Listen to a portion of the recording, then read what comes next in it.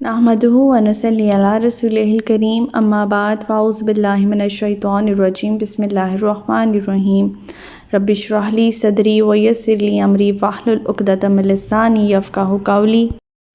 السلام علیکم ورحمۃ اللہ وبرکاتہ۔ صراط مستقیم میں آپ سب کو خوش آمدید۔ پچھلے سبق میں ہم نے سورہ التوبہ کو مکمل کر لیا تھا۔ آج کے سبق میں ہم سورہ التوبہ کے اہم نکات پر غور کریں گے، کیونکہ سورہ التوبہ کے اہم نکات پر غور کرنا قرآن مجید کے فہم اور عمل کے لیے بہت ضروری ہے۔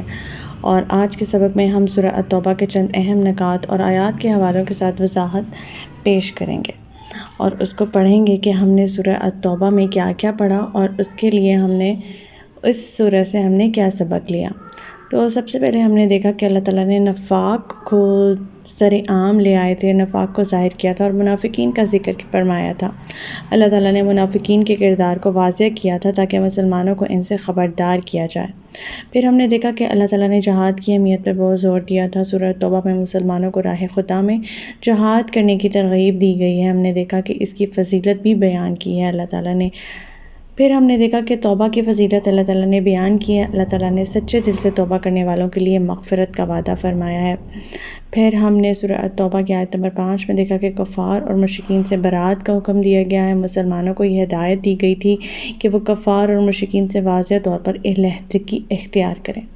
پھر ہم نے ایک بہت امپورٹنٹ پوائنٹ جو سورہ التوبہ سے سیکھا، وہ یہ تھا کہ اللہ تعالیٰ پر بھروسہ کرنا چاہیے۔ مسلمانوں کو ہدایات دی گئیں کہ وہ مشکل وقت میں اللہ تعالیٰ پر بھروسہ کریں۔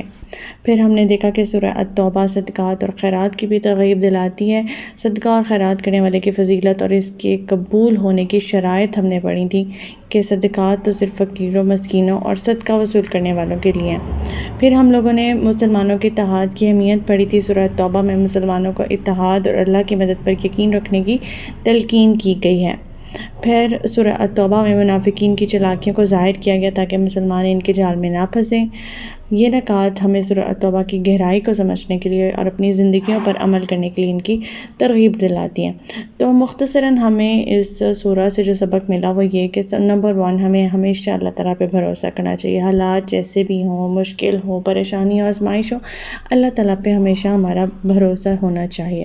پھر ہمیں نفاق سے بچنا چاہیے، کیونکہ ہم نے دیکھا تھا کہ منافقین کی جو صفات تھیں اور ان کے انجام تھے وہ کتنے خطرناک تھے۔ ایسے انجام سے ہمیں سبق لے کر اور اپنے ایمان کو مضبوط کرنا چاہیے، اور نفاق سے حتی الامکان کوشش کرنی چاہیے کہ بچا ہی جائے۔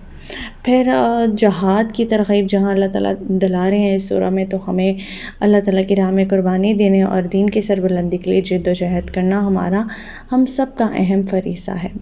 پھر ہم نے دیکھا تھا کہ اللہ تعالیٰ سے سچی توبہ کرنے کے لیے کیا چیزیں ضروری ہوتی ہیں، تو ہمیں سبق ملا کہ ہمیں اللہ تعالیٰ سے سچی توبہ کرنی چاہیے، توبۃ النصوح کرنی چاہیے، اخلاص کے ساتھ اپنے گناہوں پر نادم ہونا چاہیے، تبھی اللہ تعالیٰ ہماری توبہ قبول فرمائیں گے۔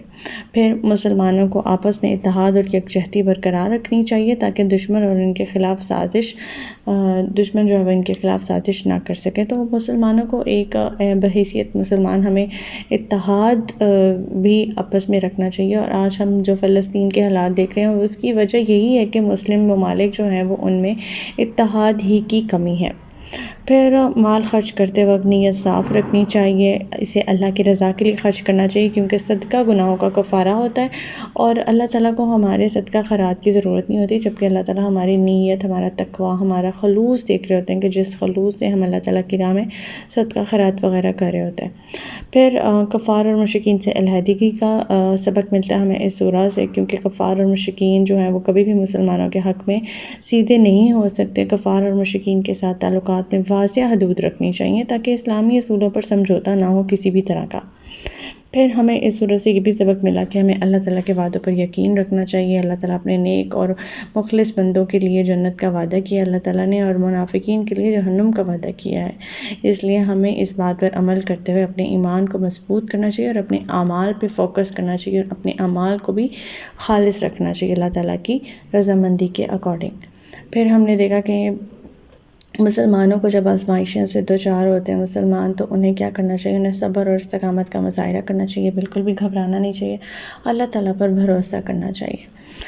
لاسٹ بٹ ناٹ لیسٹ جو سورہ التوبہ میں ہمیں سبق ملتا ہے کہ دینی علم حاصل کرنا چاہیے تاکہ صحیح اور غلط میں تمیز پیدا کر سکیں، اور باقی سب علوم جو ہیں وہ بے شک دنیا کے لیے ضروری ہیں، لیکن صحیح علوم وہی ہیں جو دین کی راہ کی طرف گامزن کریں، جو ہمیں اللہ تعالیٰ کی راہ پر ملا دیں اور اللہ تعالیٰ کی طرف رجوع کرنے میں ہماری مدد کریں۔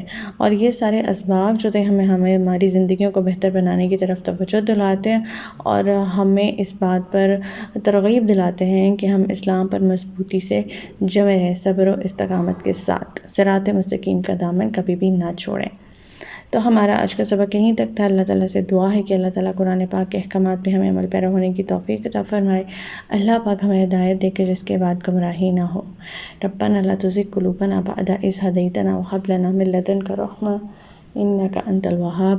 سبحانك اللهم وبحمدك نشهد أن لا إله إلا أنت أستغفرك وأتوب إليك۔ السلام علیکم ورحمۃ اللہ وبرکاتہ۔